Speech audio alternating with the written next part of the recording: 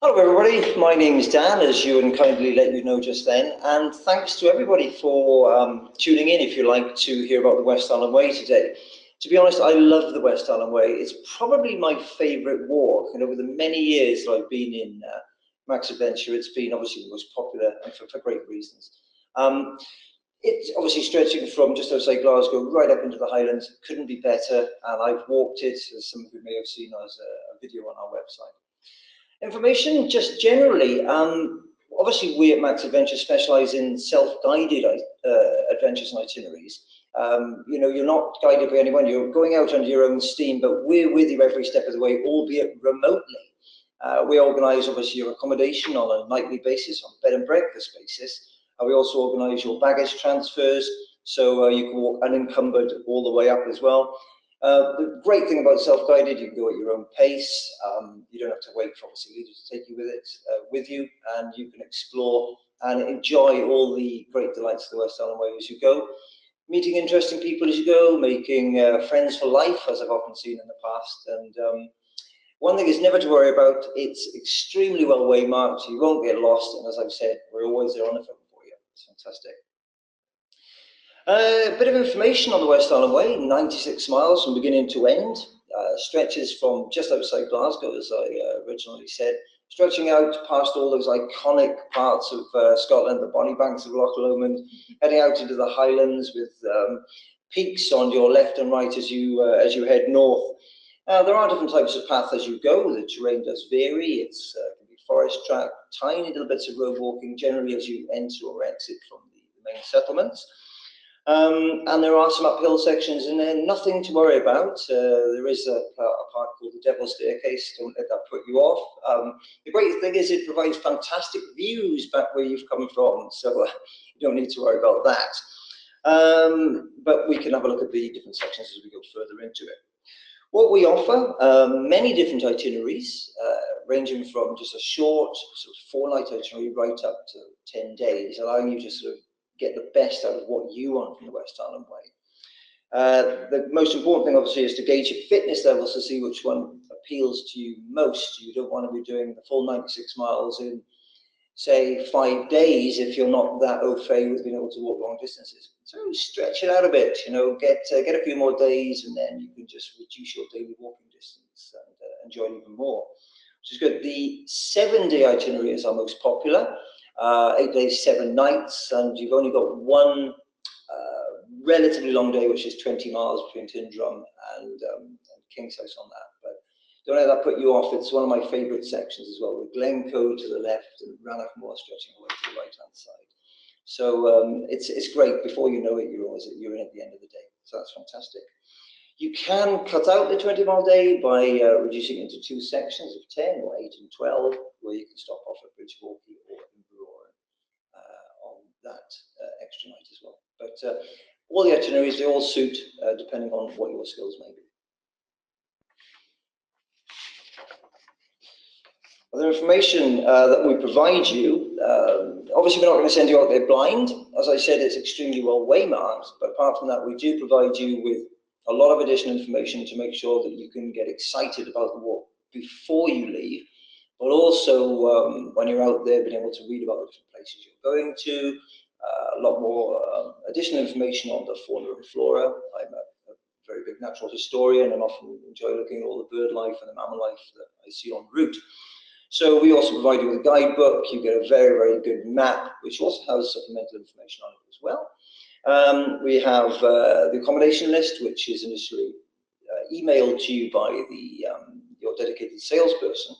And the accommodation list is also posted out, but it includes all the day-by-day directions to your specific accommodation, while also including a lot of information about the property itself, what it offers, if it offers drying rooms, if it offers evening meals, potentially on some occasions as well, and any particular information, obviously check-in times and such like as well. So it's all in there. It's all going to come in the pack for you, emailed originally and also posted out. You will also get in your pack, you'll get the invoice to make sure you can check off exactly all the monies that have been paid and anything which is still due. The final balance is always due 6 weeks prior to departure. So if you've paid a deposit, then have to worry until 6 weeks before you go, which is always fantastic. And also the luggage labels, so you can pop them on your overnight bag, and then it'll be whisked off ahead of you, and will be awaiting for your imminent arrival at the accommodations on each night, which is great.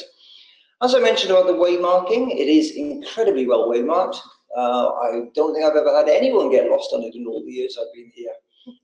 It's fantastic. You can follow the waymarkers as you go north, the thistle waymarkers on the posts, and it's a very well-defined track, whichever type of terrain it actually goes through as well.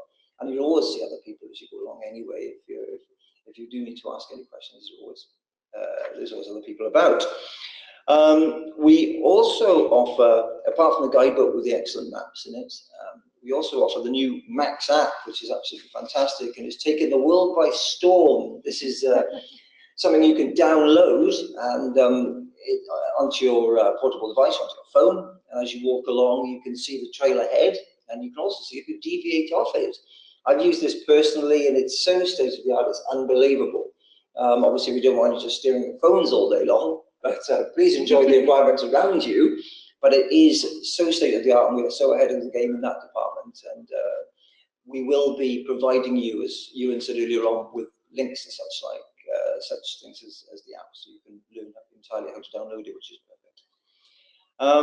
And that's all from me just now, and I'm going to pass you across to my learned colleague, Caroline. Thank you, Dan. Hello, everyone. So what can you expect in terms of accommodation on the West Highland Way?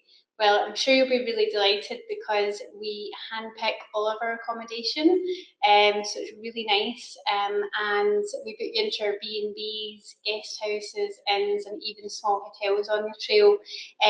We work very closely with all of our accommodations, and we get the opportunities to go out and meet them as well, so it really is fantastic, and we have such a great range of accommodation that you can expect. In terms of actually finding your accommodation, so as Dan was mentioning, we do provide you with an accommodation list, and that will show where you're staying each night. So once you arrive into the village or the town, you can use the accommodation list, which will have directions and showing you how to get to your B&B or guest house, so you can easily arrive there. And we do try to keep you as close to the path as possible as well, so it's very easy to find your accommodation. What to show when you arrive, very straightforward check-in process, so there's no vouchers or anything that you need to show. So all you need to do is either give your name or show your Max Adventure itinerary, and you can check in, so it's a very straightforward and easy process. With that as well, with the meals, we do include breakfast each morning, which is great, so it's a fantastic way to set up your day for walking ahead. So breakfast choices, usually our accommodations give you a choice of full cooked Scottish breakfast or continental options, so you usually do have a choice, which is fantastic. Or alternatively, they are quite accommodating, so if you have any specific preferences, you can let them know, and they'll be more than happy to make you up something that you prefer. With regards to lunches and dinners, these are not included with Max Adventure, but your B&Bs or guest houses where you're staying would be delighted to help in offering a packed lunch service if you would like that.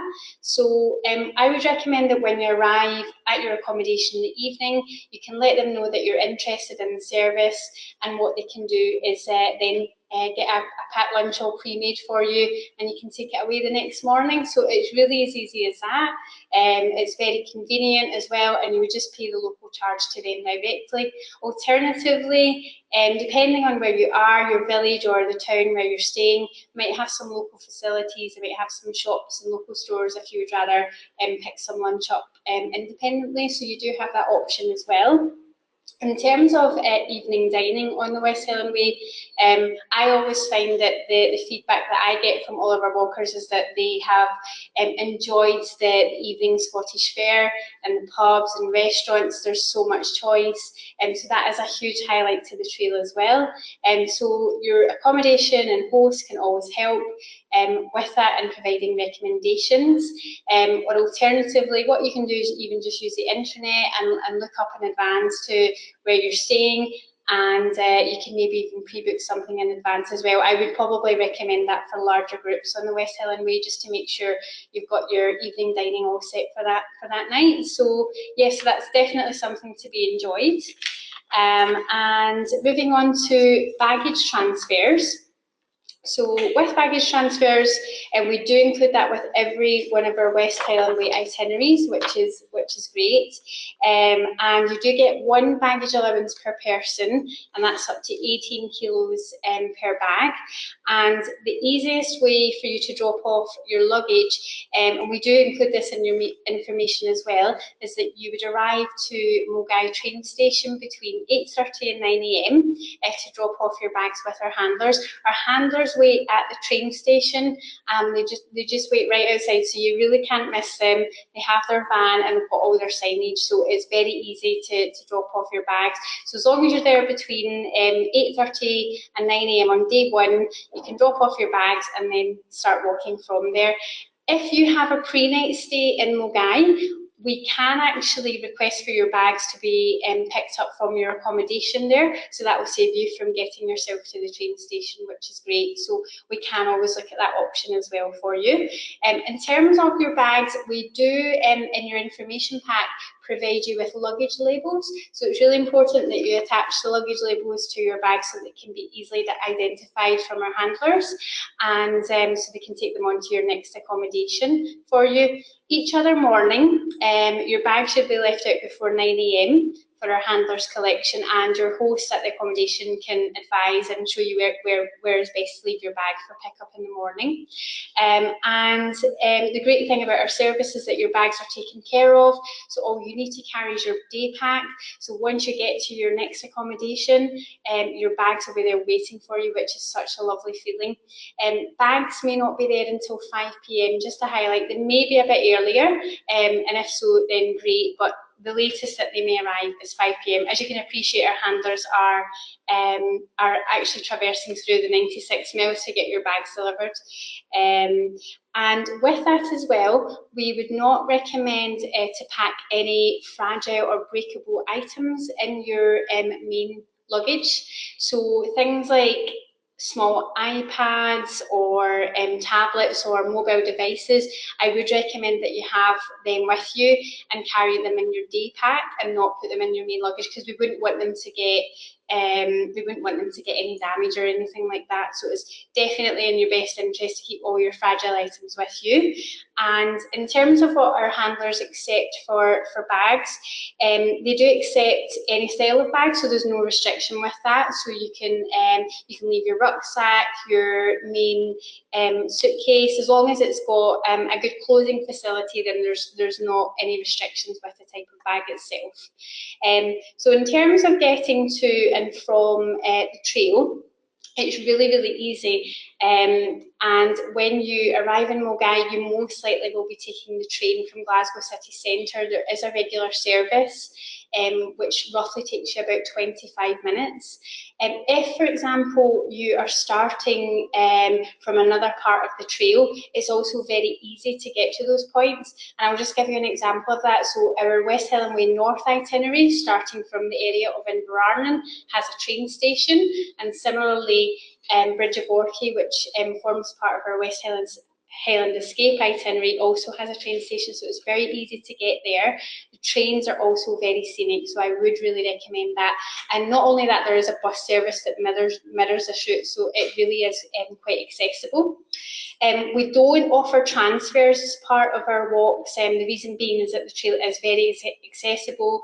It's easy to make your way back from Fort William at the finish point. I would recommend taking the train from Fort William back to Glasgow, and that's roughly about 4 hours. And the great thing about that is that you're really travelling through, again, a stunning part of the Highlands and the trail, so you'll get to remember things of what you had seen when you were walking, which is a really nice way to end your trip. We do also offer information in your information pack if you need to skip a stage. So if, for example, you're not feeling up to the day of walking, or you just want to have a rest day, it is really easy to get to your next location. So you can take public transport, or your accommodation host can help with a taxi. And moving on to preparation. So preparation is definitely key on the West Highland Way, especially in Scotland, as we have quite a varied weather climate here in Scotland, even in the summer months. So definitely be prepared. We would recommend that you have an ideal size of bag, and I would say same goes with both bags, so your main luggage and also your day pack. So just pack or have a bag size that's comfortable for you. Remember that you might be walking the full trail, 96 miles. You might have some longer walking days in there of up to 20 or 15 miles. So just make sure it's comfortable for you and not too big. Take your usual practical walking items, and some of these suggestions that we have include good waterproof boots. Definitely we would recommend that in Scotland. Waterproof because it could be sunny one minute when you start walking and then it rains the next minute. So you just never know. So it definitely pays to be prepared and having that. And with that, again, similarly having your waterproof jacket, your waterproof trousers, so just being prepared for that. And also layers. Layers are really good. If you become colder, you've got the layers there to put on, and if you become warm, you can always take them off. So I really can recommend that highly enough.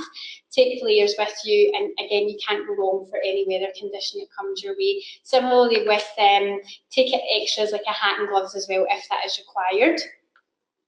In terms of the evening dining and what we would recommend for that, so you'll be walking all day in your outdoor clothing, so it's quite nice to have a change of clothing for later in the evening when you're going out to restaurants and pubs, so we would recommend that as well. It doesn't need to be too formal, just nice and casual.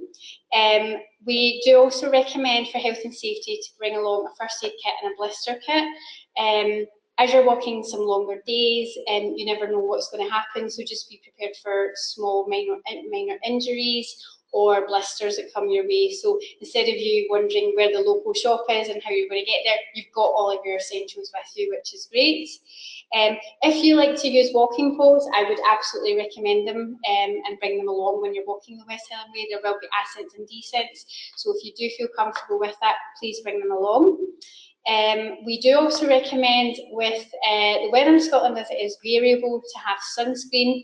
It can be quite deceiving in Scotland because we get quite a lot of wind too, so you might not feel the heat as much, but sunscreen is definitely something that you should have just in case, or even a sun hat as well.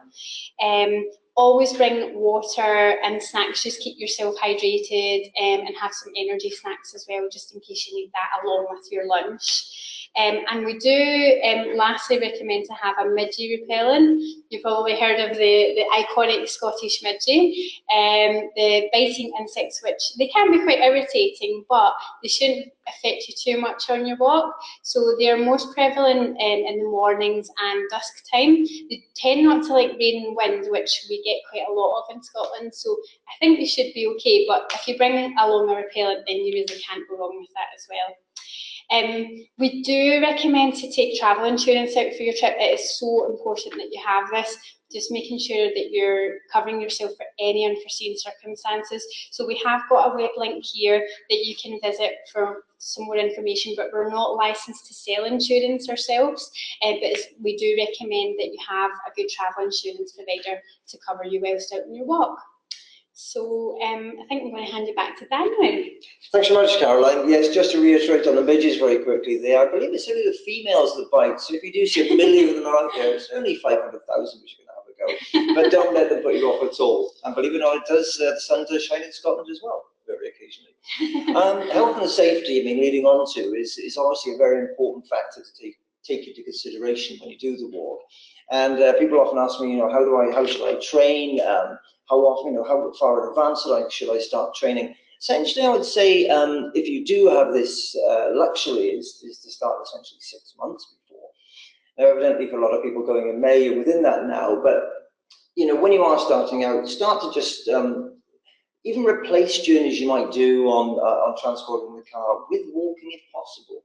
That's always a good way to start it. If you're going to work in the morning, maybe if you can get off the train somewhat sooner, if you like, and walk the final sections into the office.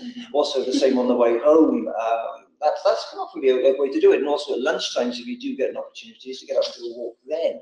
So you can actually get into training even when you're you know, doing the work, you're not at leisure, you know, you can always fit these things in bit by bit.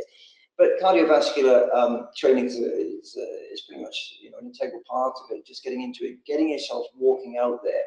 And if you get it at the weekend, do a couple, you know, start walking. Don't go too far immediately. If you're going to walk 15 miles straight off from the start, you're not going to find that fun at all, especially if you're not used to it. Start off with shorter distances and build up over the weeks and months prior to it until you can you feel comfortable taking on the longer journeys. People actually say that you walk yourself fit, funnily enough, when you're actually on the West Highland Way. I find that personally when I start out, you know, that you start off thinking, goodness me, you know, I didn't realize how fit I was, but I do a lot of walking. But as you get into the walk, funny enough, when you're actually walking, you find yourself thinking, goodness me, I'm actually getting fitter as I go along, and I'm able to, you know, undertake some of the more potentially strenuous ascents, if you like. But so get into that, start walking, start slow, start with shorter distances and build up towards the time you actually go to undertake the walk. Funny enough, when you're on the West Highland Way at the start of it, on the first section, if you're doing the full walk from Mulgaic to Drummond, it's a relatively easy start for you. You do pass the distillery, which might put your fitness level straight back down again, depending if you do a tour of it. But it's a good starting point on that. And as you sort of go into the walk, you take your first ascent when you get into between Drummond and Rawadennan, where you go for Conic Hill. If you see this on the map, you think, goodness me, I'm getting to an ascent. But it's actually a relatively gradual ascent from the rear, and it's a steep descent. So funny enough, what Caroline was saying about walking poles are very good for fitness in this respect on descents as much as they are ascent, because you've got a lot more stability. It takes the pressure off the ankles, and it's been proven in a number of studies that they are actually very good for you, and they can improve your posture as well as assisting you as you walk along. So, you know, you will notice a change of terrain as you walk up the West Highland Way, which it's very important to be able to prepare for ascent or descent. So if you do get the opportunity to undertake that prior to undertaking the walk, that's fantastic. Even if you've got a hill as a weekend, it makes you feel good, you're out in the outdoors, and it gives you that idea about what you can expect from going up. Some of the more strenuous sections that you'll find could potentially be not the ones with ascent and descent. Say on the eastern shores of Loch Lomond between Rawadennan and Inveranen, where it's great fun. I love it. The geology underfoot is what you would call a schist. It's almost like a shaly rock, which can be a bit slippery. So get into the idea of being able to walk on sort of any terrain, and that's very important. What Caroline was saying about suitable boots, footwear, and such like as well, and the right clothing for it. But you know, so ups and downs through the woods as you go along the eastern shores of Loch Lomond. Then you end up into more open ground, which is flatter. Some of it can be a bit boggy underfoot, especially after rain. And but again, if you've got great footwear and it's not continuous, then you'll be absolutely fine. Then when you get into the Highlands proper, we start getting into some a few more ascents and descents again, especially what the wonderfully named Devil's Staircase that I mentioned earlier, which essentially is actually just a zigzag switchback path up to the ridge before you head down into Kinlochleven. The views from the top are absolutely spectacular, back down towards Glencoe, across Rannoch Moor and the mountains, absolutely beautiful. And another ascent which always springs to mind is the one out of Kinlochleven, which is rather steep. You head up onto the Mammoth Ridge before you head down in towards Fort William there. But as I say, if you've got preparation before you go, and also as you're walking yourself fit when you are traveling, then you'll encounter no problems again. And obviously this is something that what we talked about earlier about choosing the right trip, you know, finding the trip that really suits you. If you do have experience of walking long distances, then you may wish to do the West Highland Way in a shorter duration, but with longer daily distances that you may be used to. And again, conversely, if you're not that used to it, but you really want to do this fantastic walk, then maybe doing it over a longer period of time, so you have shorter daily distances, which are more suited to your abilities, which is fantastic. Medication, if you do take medication, then it's extremely important to carry it in your day pack, so you always have it to hand should you need it. I've heard some very interesting stories about things that have been left behind in accommodations from our baggage handlers over the years, and they have included medication that people do need, so make that a point if you do need to take something, take it with you in your day pack, so keep it with you at all times. I've heard people leaving false teeth behind. So let's take care of that in the future. But then again, so health and fitness, get into that, really take it seriously. Caroline mentioned blisters as well before. Good blister plasters are very, very good. You can pick them up in outdoor shops. They're good as you travel. And make sure that your boots that you've got are well worn in. Don't buy new boots and start walking out in them, especially if they're leather, expecting them to sort of mold around your feet straight from the outset. You know, make sure you get them broken in so you're putting yourself in the best situation to avoid blisters right from the start. Dry socks, change of socks as you walk. A lot of things like this we can look at. We've got a lot of information actually on our website regarding this, and things you'll be sent following the webinar, where you know, socks to buy, socks to wear, different types of clothing, what we recommend, all on the web as well. So there's a lot of links for that, which is great. Moving on to just look at a bit more of the travel that Caroline mentioned earlier on. Access and access to and from the walk could not be easier. It's incredible that one of the world's best walks, in my opinion, is essentially just on the outskirts of Scotland's biggest city. There are up to 4 trains an hour that leave from Glasgow, from the centre of Glasgow up to Mulgine to the starting point. It takes just 22 minutes and you're there. So not being able to access it is no excuse. We want everybody to get up there to Mulgine and start the walk. And there's also buses as well. And also, if you are doing different sections of it, as Caroline mentioned, you can get the train or the bus. There are great websites out there. There's ScotRail, which is a fantastic website to plan ahead to look at the trains. There's also CityLink, Scottish CityLink, which is the national coach company up here. And they also run some fantastic bus services from Glasgow. They link obviously with further services from down south on the National Express, and other companies do exist. And they can take you all the way up to different sections of the West Highland Way as well, if you are starting at different sections, say Bridgewater, or if you're doing the north from Inverarn north. Again, and at the end of it, as Karen also said about the train, the West Highland line, which was voted, I think, one of, if not the best railway line in the world, for great, you know, for absolute great reasons. It is spectacular. As you're heading south on the train, you do swing out east over Rannochmoor, where the only, you know, the only people, there's no people you'll see out there on the moors from the train. There's no traffic on there. There's no road access out there. All you'll see are the fantastic monarchs of the glen, those great red deer with the stags looking at the trains you pass by as well, which always gives me a thrill as I head down. Speed is of the essence, then the CityLink bus does follow the main road all the way back down to Glasgow as well to continue. But also going north, you may want to add on trips beyond this, and you couldn't be better positioned at Fort William.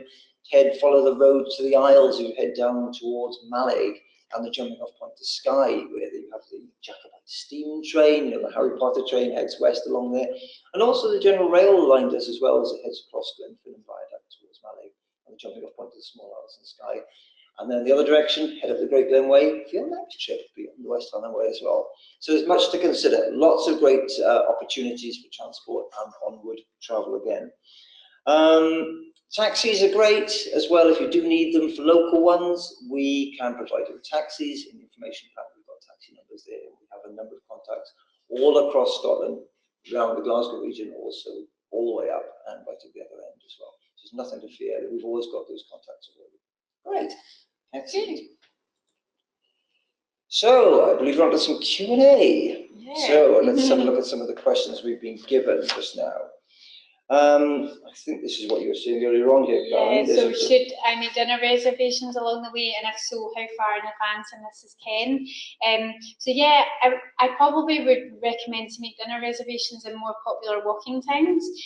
So we would even say at least 24 hours in advance notice would be absolutely fine, and you can even call ahead from your accommodation where you're at, so that's absolutely fine to do that. So yeah.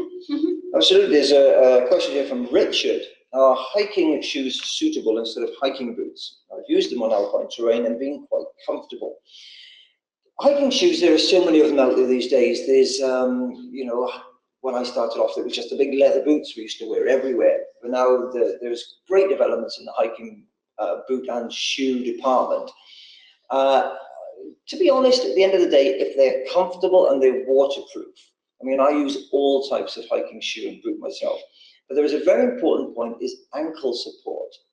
Now my wife, who walks with me and has done on numerous occasions and has been all the way up the West Highland Way, she prefers an ankle covered boot because she feels as though she's got weak ankles, and if she goes over on it, she's got a very high chance of a sprain. So she does tend to really stick to the boot, which does have the extra ankle support, and you can actually get a sort of the non-leather walking shoe, which does have ankle support as well, and all good outdoor stockists will have those.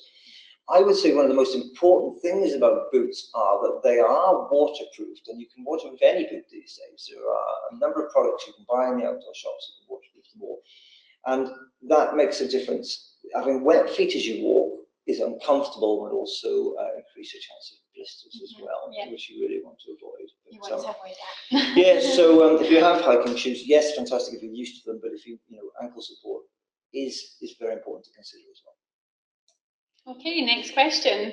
We're going in September 2018 and I'm taking a good quality Kathmandu rain jacket plus thermals. Do I need a warmer coat as well? And this is from Peter. What I would say is that, yeah, definitely take a good waterproof rain jacket with you. That's definitely an essential, with layers as well. As I was saying earlier, you can always take the layers off. And with as well as that, a warmer coat, I would probably say your waterproof jacket is more than enough, and with the layers as well, I think you'll be absolutely fine with that. So yeah, that would be my recommendation. Good stuff. Question here from Peter again. Do the B&Bs supply snacks, lunches? As Caroline mentioned earlier on, packed lunches are being provided now by more and more accommodations. They realise it's what people want, and as Caroline said, book a packed lunch when you arrive, when you check in, because that also allows them to be aware of any particular dietary requests you may have. Now, the great thing is, from a booking point of view, the guys here in the office, we pass on all dietary requests to the accommodations far in advance, so they are aware of it. It's always good, obviously, when you are booking perhaps a packed lunch over the counter, maybe at a hotel or something like that. Then you would say to them, "Oh, I'd like to book a packed lunch for the following morning, please," and perhaps it's vegetarian or such like as well. But yes, so the more and more are. If they don't for any reason, then you will always find there are shops en route, especially in the southern sections, and also as you head further north, sort of Tyndrum, especially Crianlarich, Kinlochleven, Fort William, German Mulgai, and these shops can often provide you with the opportunity to buy drink, snacks, sandwiches where there aren't any packed lunches available. But the fact is now that all the ones where there are no shops will do it anyway, so you've got nothing to worry about. I've never had a problem. I've never heard of anyone who's ever had a problem not getting a packed lunch, so you'll be absolutely fine. Next question is, if an injury occurs on the walk, is there phone coverage for assistance? And again, that's Peter. And I would say to that, yeah, I mean, we would always recommend carrying your cell phone with you, and if there are others in your party or in your group, then they should also carry their cell phones, and hopefully if anything like that did occur, then someone would have some cell phone coverage. Cell phone coverage does vary throughout the trail, so there are some parts that you may get a signal and some parts that you don't, but I guess it depends also on the phone provider. I think we've found out that Vodafone tends to have quite a good coverage on the West Highland Way Trail, but again, it sort of varies just depending on where you are, what the signal is like, where you are. So there are so many factors, but what I would say is that the West Highland Way is a popular trail. It is walked by many other fellow walkers, so if of course you did need any further assistance, there's always someone about that can stop and help you, and hopefully they would have a phone signal as well.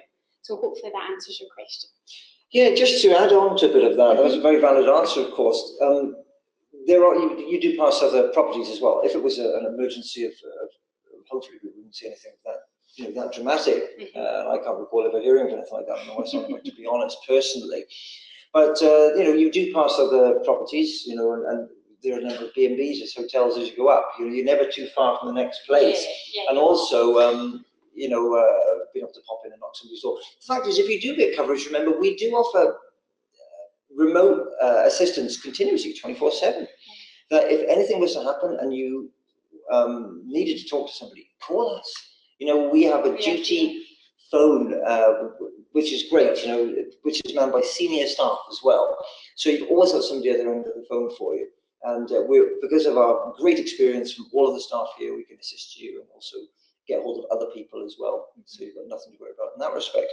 So thanks again. Question here. Are rain pants a better idea for rainy, windy conditions than thermal tights? I don't wear thermal tights personally, but I do like to go out with my waterproof trousers. I personally prefer waterproof trousers, okay, because I can then wear my preferred walking trousers when it is dry, my breathable walking trousers, and I also have a pair of breathable waterproof trousers, which I find are fantastic. Okay, you can pop them on when it rains. You will, if you get a good quality waterproof trouser, it will keep you dry. And the weather can change extremely quickly. I've been in 4 seasons in one day. I really have.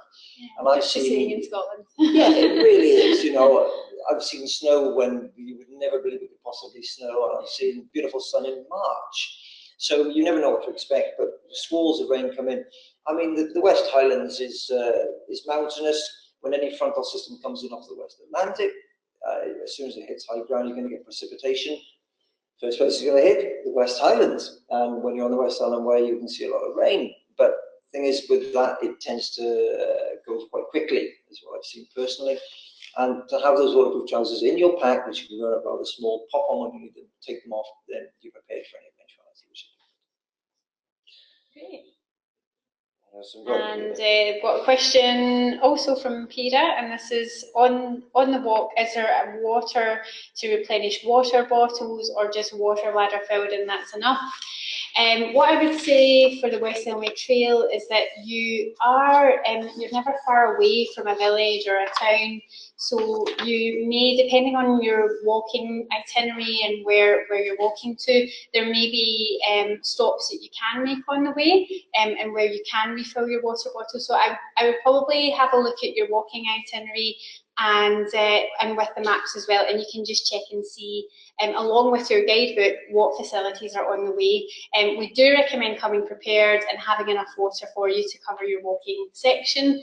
That's what we do highly recommend, but there may be the option of stopping off on the way. Perfect. Good question here from David, which I was just, funny enough, just talking about before, about what can I expect from the weather. Very, very changeable.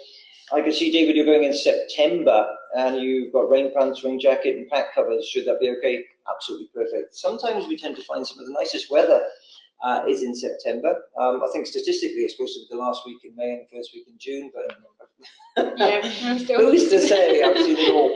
But in September, it's a lovely time to go in September, actually. It's one of my preferred times. You start to get some wonderful colours then as well. And it can be sometimes relatively quieter when compared to sort of many tourists have returned back. Exactly, because a lot of the school children are back in school, and a lot of people who are not actually walking will be away from the region as well, so you get to enjoy the nature, I think, in its fullness at that time there. Yeah, absolutely, David. Rain pants, rain jacket, and pack covers, absolutely fine. You know, a good fleece, you know, like a thermal fleece, breathable again, walking trousers, good boots, and that you'd be absolutely fine, no problems at all. Sounds good. Next question, should we take walking poles for the West Highland Way in April? And that's from William. As I mentioned earlier, walking poles, yeah, if you use them, I would recommend that you take them, especially as Dan was mentioning about descents and that you get a good rhythm of walking down when you use a pole. So absolutely, if you're comfortable with walking with walking poles already, then bring them along. I would recommend that. Peter here requests any training regimes we may be able to suggest for the West Highland Way. There are many. There are actually very, very many of these. We do have a number of links to these on our website. Good training regimes you can actually follow. Your doctor can actually give you some good training regimes, funnily enough, as well. And also, if you remember the gym, they're always well set up as well to get you set up with the training regime. I would just say, to reiterate once again, if you can come in 6 months in advance with gradually increased walking, that's fantastic, obviously, because it's a walking holiday you're doing. But I think for individual training regimes, it's a good idea to actually speak to a gym if you're part of it, or your doctor, but also please check out the links we've got on our website, which cover these in depth as well, with various ideas about how you can start, walking further on a daily basis, and ideas about how to increase your fitness in advance of travel. Great. And the question I have here from Nancy, and that is, can I add extra nights on the route and stay in Glasgow before? Absolutely, yes, we can add on extra nights. So if you wish to stay in Glasgow beforehand, we would happily organise that for you. If you've not already got your itinerary set up, we could even look at organising a rest day in the middle. Tyndrum is a really good place for that, because there are nice facilities in the area, and there's also a train station. You can maybe even take a day trip to Oban for the day, for example, on the very west coast. Lovely fishing town on the west coast of Scotland. So yeah, absolutely, we can help with that. So just let us know what you're looking for, and one of our destination and adventure specialists can help. Thanks, Caroline. Question from Eric just come through just now. Does the train from Fort William stop at Mulgai? It doesn't actually, but no problem with that. The train from Fort William will head straight back down, beautiful route, as I said again, it'll head down towards Glasgow. It heads out actually around the coastline, coming in via Helensburgh, Dumbarton, following past Dumbarton Castle, and comes in along the Clyde into Glasgow. But you can change when you get into Glasgow straight back on a train up to Mulgai. So if you've parked the car up there at the start, potentially, in Mulgai, then you can go and collect it that way. That's always been the method that I've personally done. If I need to go to Mulgai, is to go back into Glasgow and quickly change onto the 20-minute train back up as well. So that's always a good one.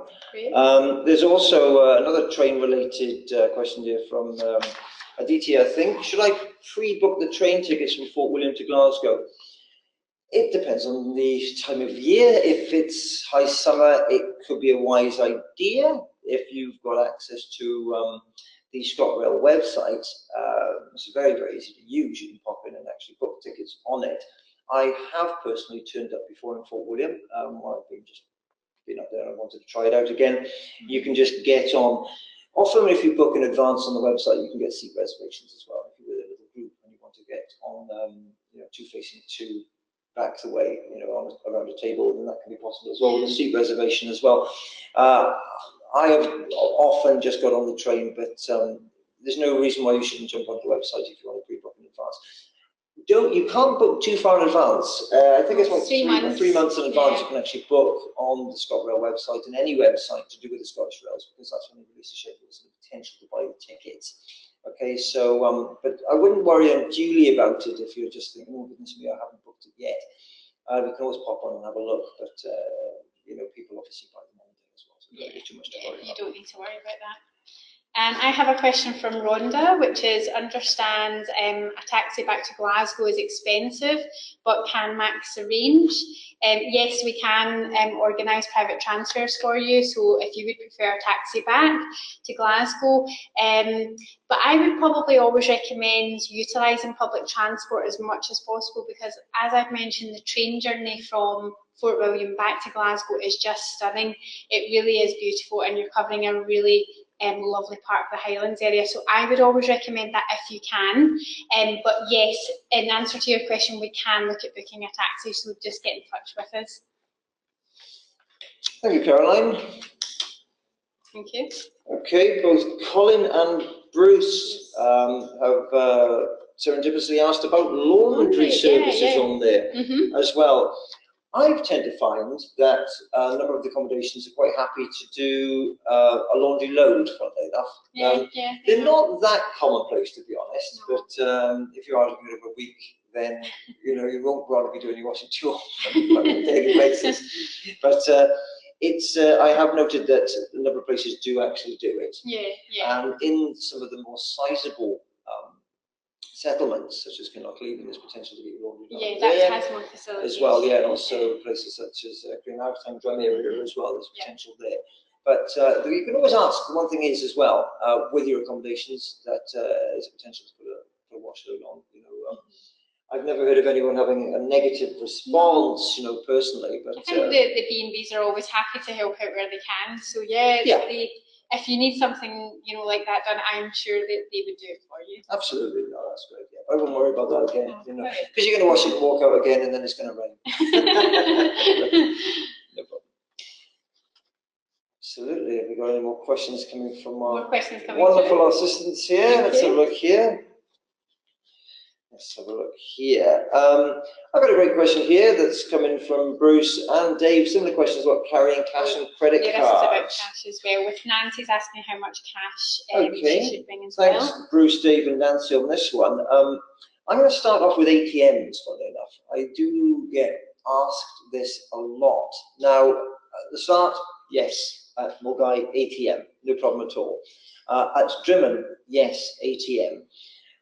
On the way to Balmahar, sorry, on the way to Rawadenan, when you go over Connick Hill, you pass through Balmahar. Now, there is an ATM that's part of the little shop near the oak tree inn there in Balmahar.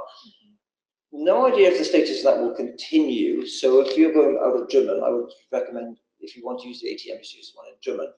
After that, they are relatively few and far between, well, potentially non-existent, until you actually get to Crian Larich and then Tindrum.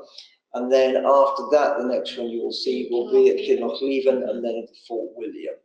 Okay, cash is a preferred method to carry, to take money with you, actually. You'll find that the larger hotels will accept credit cards and debit cards, places Bridge Walkie in Roran, and probably most restaurants accept payments as well. Exactly, so for dining out in the evening as well. Exactly, it's not a problem. But if you wanted to just pop into perhaps a local shop, obviously they will accept you know, card payments across the counter. But for wee bits and pieces, some cash in your pocket is always a very good idea. It's always good to have some cash. But again, I wouldn't worry unduly about it, because you're never too far from the next place again, and I think it'll be absolutely fine on both there. Do B&Bs take cash or card for packed lunches? That would generally be cash. That's when you would use your cash for a packed lunch at a B&B. So generally, some of the B&Bs don't have the facility to take a card payment, and so cash for the packed lunches is a very good idea. So thank you, Rhonda, for bringing that up. So yeah, if you are trying to budget, I would maybe budget for lunches, just think about that, and perhaps on the nights where you don't have access to an ATM, maybe you should budget for that as well. So you don't need to do it for every single night of the trail, because you will at some point come to an ATM, but I think it's just good to think in advance and think about if you are going to be buying lunches and these kind of things. So yeah, it's good to think about. Lots of money questions coming in now. I can see these are continuing. Again, Rhonda and Donald here. Do we tip the B&Bs or guest houses, and what services do we tip for?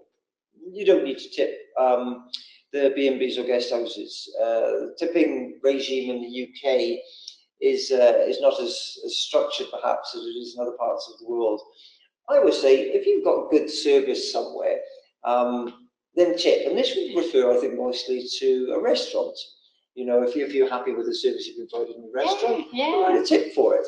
You know, tipping in bars is not the done thing here in the UK. If you've got a drink at the bar, no need to tip. However, if you want to give a tip, never a problem at all. You know, do that as well. Generally, in a restaurant, I always think that it's generally about 10%. 10% is generally, I think is a sort of an accepted amount on that. But for the B&Bs, never a problem, not at all. Sign in the guest book with a glowing review, or even popping onto their onto certain well-known review sites after the event, saying how much you enjoyed it is always a good thing.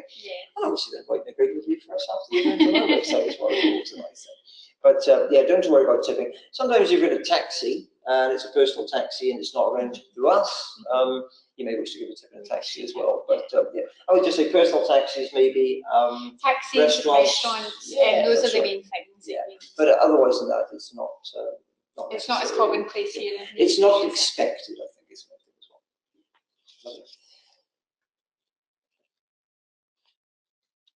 well. Okay. So I have a question for Colin, which is where is safe to park our car in Mulgai and how much does it cost? So what I would say with that one is that if you arrange a free night stay with us in Mulgai, we can look at booking you into the Premier Inn there. They have a good secure car park and they allow for long stay car parking without any charges. So maybe a good idea if you haven't already booked your trip or you haven't booked a pre-night in Mulgai, we can maybe have a look into that for you. We can book you a night there and then it means you can leave your car knowing that it's in a good secure car park. So I think that's a really good option and you can leave it for the duration of your walk. And again, there's no charges for it, which is great. So I would recommend that. Great idea. No, I wholeheartedly agree with that one. And I saw that Adrian asked the same question, so thanks again, but hopefully that's cleared that one up. Greg, we're planning to book for May 2019. How early should we book? Great one, Greg. I love it when people book early. It's fantastic. You know, you guarantee the availability, which is perfect on that as well. You know, we have a wide remit of preferred accommodations. All of the accommodations we book, funny enough, they're very carefully checked out. We visit them personally, and we use our client feedback because obviously situations can change. Owners can change, so we keep a very close eye on the accommodations that we book. But you booking far in advance like that will make sure that you get, you know, first pick of the accommodations, but you also get great availability, especially if you've got a group. That's very important. If you've got a group of people, even if it's you know, you're looking for a couple of twins, singles, doubles, and you all want to be in the same accommodation, booking early is fantastic. Now, if you're going in May 2019. I would say book as soon as you possibly can. However, we aim to turn around all bookings within the office here in the best, shortest amount of time possible, because we know how excited you're about your holiday. You want to get your information when I see where you're staying. And we aim to turn around in sort of 5 to 7 days. Now, booking for the following year, sometimes few of the accommodations don't have their books open. It's just the way that they work. They like to perhaps open their books maybe later in the year after, you know, the main sort of May, June season's out of the way, and then they start planning for the next year. So please book when you can. If you want to book for May next year, book now is my opinion on it. The turnaround can potentially take slightly longer if some of the preferred accommodations that we'd like to use for you may not be opening their books just yet. But at least you know you're in safe hands and that it will be coming your way, you know, as soon as possible with our choice of accommodation on it. So thanks again for that, Greg. That's perfect. What have we got here, Corinne? So I have a question from Michelle, which is how crowded will the trail be in late April? If we prefer walking by ourselves, what time in the morning should we set off? This is a really good question because I do get asked this quite a lot, in that although the West Highland Way is a very popular trail and it is walked by many people, there is, I guess, an envisage that it is crowded, but I would absolutely say no, it's not crowded at all, because the West Highland Way trail spans 96 miles, so that's quite a lot of miles, and if you think that people are walking different parts of the trail at different times. So the time that you set off will not necessarily be the time that all other people staying in Mulgai will be setting off. So you don't need to worry about that. People walk at different walking paces as well. It's not to say that you won't see others out on the trail, which is a really nice feature. It's really nice to see other people and have fellow walkers. Everyone is so friendly, and that's part of the experience as well. But I would never say that you get a sense of feeling crowded, because it is self-guided. You have full flexibility. You can start walking when you wish that morning. So, yeah. Absolutely, yeah. Find your own pace. Yeah. Find peace and quiet, or find like-minded people. Yeah. Rhonda, Glasgow Hotel says bag will be collected from reception, but we said it will be collected from the station. Good question. We'll just try and clarify this a bit more. If you haven't booked pre-trip accommodation in Mulgai or potentially Glasgow, and you're actually arriving and starting walking on your first day from Mulgai to Drimmen, if you haven't booked, you are starting to walk on the first day, then it will be collected at the station between 8:30 and 9. Pre-tour accommodation in Mulgai or Glasgow, your bags will be collected there by the baggage handlers, and you will just leave it there in the morning for its collection. Now, in Mulgai, it will be left there by 9 o'clock in the morning, and it will be collected. However, if you have a special request and you've booked Glasgow, your baggage should be ready for collection by 8:15 on your departure date. Because the baggage guys, incredible our baggage guys, by the way, if you consider that daily throughout the season, they're going from Glasgow, Salmon up to Fort William and back again, all the way through the season. Goodness knows what the fuel bill is. But it's quite incredible, and they're dropping off and picking up all the way along. Okay, so by 8:15 in Glasgow, and it'll be collected there, and you can just jump on a train to Mulgai and carry on, so no worries at all about that. I hope that helps you on that one. Some more questions coming? Some more questions. Well, we love these. I've got this one here. King's House to Isles of Glencoe transfer. Can you go over how this works? Yes, and that was from Eric. Thanks, Eric, for this one. This is great that you brought this up. Now, King's House is a salient point on the West Highland Way. And for a number of you on certain itineraries, especially the 7-night itinerary, which goes from Tundrum to King's House, or from even from Bridge or Aurora to King's House, this is an achievable walking distance on these days at 10, 12, 20 miles. However, there used to be, well, there is obviously still bits of it left at the King's House Hotel. It was a very iconic hotel. However, this is closed at present. It's closed. Last year it was closed. This year, as the whole thing becomes renovated and redone. However, there is no other accommodation in the King's House region at all. Okay, it's on its own. Very remote. Very remote. Beautiful views of the Kellyettic Moor, habituated red deers in the grounds. However, as an accommodation, it does not exist. So we considered very carefully what we were going to do with this, and we arranged our own West Highland Way shuttle, the Max Adventure shuttle. Now, what happens is that all of our clients whose daily walking distance would finish at King's House, they now go to the Glencoe Mountain Resort, and upon arrival there, collected by our Max Adventure shuttle. Now, this is fantastic. This is on a rolling departure from 3 o'clock till 5:30 daily throughout the season, whereupon you board the shuttle when you arrive there, you go up to Glencoe or to Ballaghaderich, where we've booked you in for the night, and the next morning you're brought back down to the Glencoe Mountain Resort to continue your walk to Kinlochleven.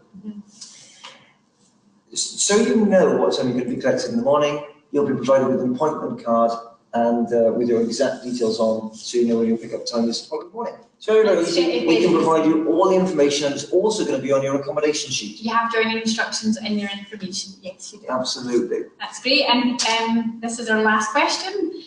This is from Grace, and it's what sort of instances would we need travel insurance for? Really good question. So travel insurance is very important to have. So instances, for example, where you may need travel insurance would be if you needed to cancel your holiday due to unforeseen circumstances, you may be able to claim back the cost of your trip through your cancellation and your travel insurance company. Another instance would be if you got ill when you're out on the trip and you needed hospitalisation, your medical expenses and things are all covered as well through travel insurance. So it's so important that you take it out, and that's why we highly recommend it. Absolutely. Yeah, brilliant. Excellent. Okay. Well, thanks so much indeed. Thank you. I think that is the end of our experiences at the moment. But just so you know, there are many further resources out there. Please go on the event page, which is www.maxadventure.com/about-us/events, and info about our new app on the maxadventure.com/app. And there's lots of stuff about fitness, weather links, Q&As, travel information. Anything else, we've got the inquiry information on our website, the links on that one. Anything's on the web, and just give us a call. Always delighted to talk to you. But thanks so much indeed. Thank you so much. Fantastic. It's been fantastic.